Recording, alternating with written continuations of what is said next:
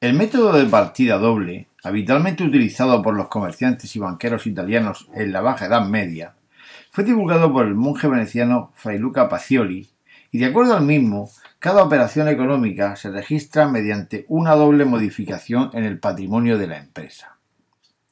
Su postulado principal es no hay deudor sin acreedor ni acreedor sin deudor, lo que significa que, considerando la totalidad de los elementos patrimoniales, si un elemento disminuye es porque otro aumenta o viceversa, es decir, hacer un cargo en una cuenta o en varias supone siempre tener que hacer un abono en otra u otras, de forma que siempre se garantiza el cumplimiento de la igualdad exigida por la ecuación fundamental del patrimonio de que el activo es igual al pasivo exigible más el neto o pasivo no exigible.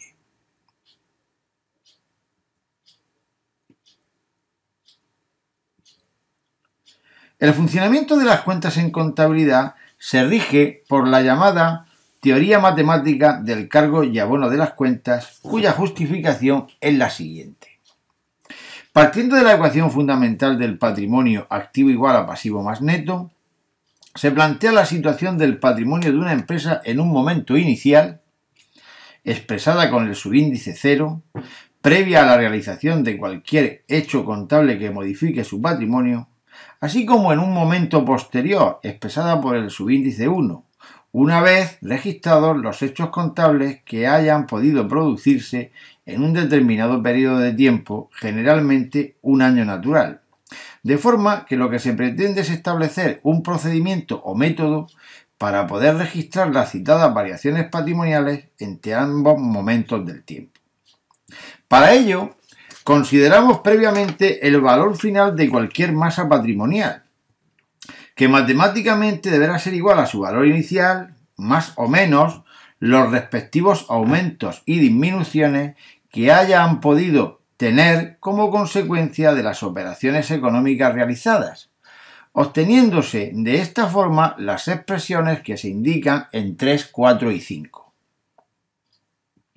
Posteriormente, sustituyendo en la expresión 2, a su vez las expresiones 3, 4 y 5 antes comentadas, obtendremos la expresión 6, a partir de la cual podemos alcanzar la expresión que figura en 7 con tan solo transponer términos para que la totalidad de las variables de ambos miembros de la igualdad matemática resulten positivos.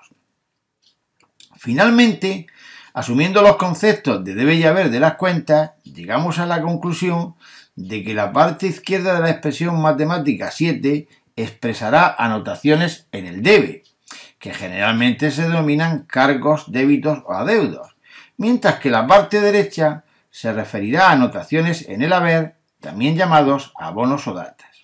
En definitiva, de una expresión estrictamente matemática, como es la expresada en 7, hemos podido inferir una interpretación contable, y de ahí el título de esta teoría denominada Teoría Matemática del Cargo y Abono de las Cuentas. Queremos resaltar la importancia del conocimiento, comprensión y manejo de esta teoría, por cuanto es fundamental para comprender la operatoria contable de cualquier empresa.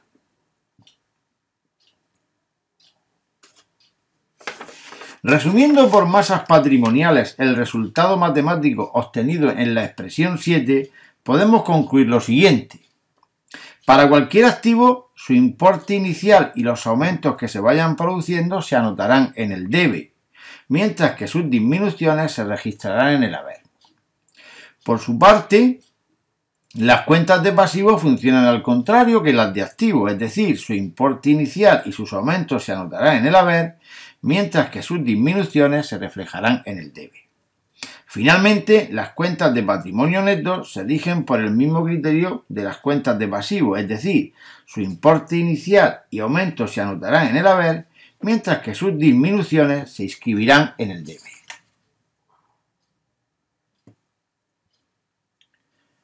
A partir del planteamiento práctico sobre el movimiento de las cuentas derivado de la teoría matemática de su cargo y abono, para una adecuada aplicación del funcionamiento de las cuentas, deberemos plantearnos para cada hecho contable las siguientes preguntas básicas. ¿Qué elementos patrimoniales intervienen en el hecho contable que tratamos de registrar?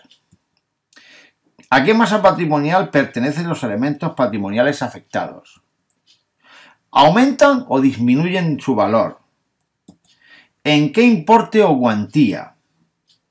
Y finalmente, según la teoría del cargo y abono, ¿en qué parte de la cuenta que representa al elemento patrimonial debemos anotar el correspondiente aumento o disminución?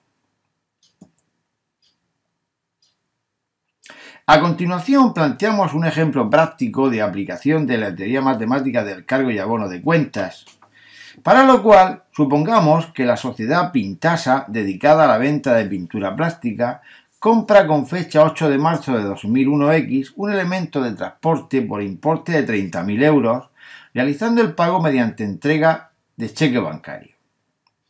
Para el registro contable del hecho contable enunciado, iremos dando respuesta a las preguntas básicas antes citadas. ¿Qué elementos patrimoniales intervienen en el hecho contable? Los elementos patrimoniales afectados en este caso serán dos. Por un lado, el elemento de transporte que adquiere la empresa y por otro, la cuenta bancaria contra la que se emite el cheque que se entregará al proveedor del vehículo para el pago de su importe. ¿A qué masa patrimonial pertenecen? De acuerdo con su naturaleza, ambos elementos pertenecen a la masa de activo. ¿Aumentan o disminuyen su valor? En esta operación se producirá un aumento del activo representado por el elemento de transporte y a su vez una disminución del activo representado por el efectivo en bancos. ¿En qué cuantía? La cuantía de la variación patrimonial será en este caso de 30.000 euros. Finalmente, según el convenio de cargo y abono de cuentas, ¿en qué parte deberemos inscribir cada variación? Como vemos, contablemente se producirá un aumento del activo por la compra del vehículo que se anotará en el debe y simultáneamente una disminución del efectivo en bancos que se registrará en el haber. Las anotaciones a realizar en las respectivas cuentas de ambos elementos patrimoniales son las que se indican a continuación.